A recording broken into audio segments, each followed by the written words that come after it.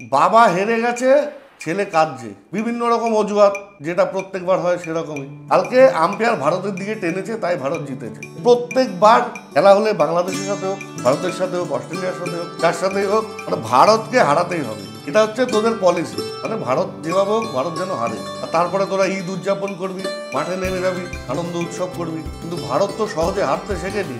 শুধু মুখে না বলে তোদের প্লেয়ারদের বল একটু খেলাটা শিখতে, একটা আইসিসি ট্রফি অন্তত জেত, তারপরে এসব কথা বলিস।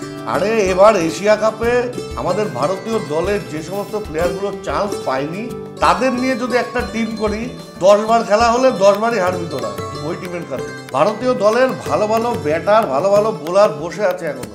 একটা জিনিস ভালো করে বোঝ, পাকিস্তান তোদের বাবা নয়, বাবা হচ্ছে ভারত। এটা মানতে শেখ, এটা জানতে শেখ। 71-এ ভারত না থাকলে তোরা আজকে কোথায় থাকতি তার কোনো ঠিক ছিল না। অতএব এইসব গল্প তোদের দিয়ে লাভ নেই। এখনো সময় আছে, একটু পড়াশোনা কর, একটু যোগ্যতা অর্জন কর, তাতে ভালো হবে।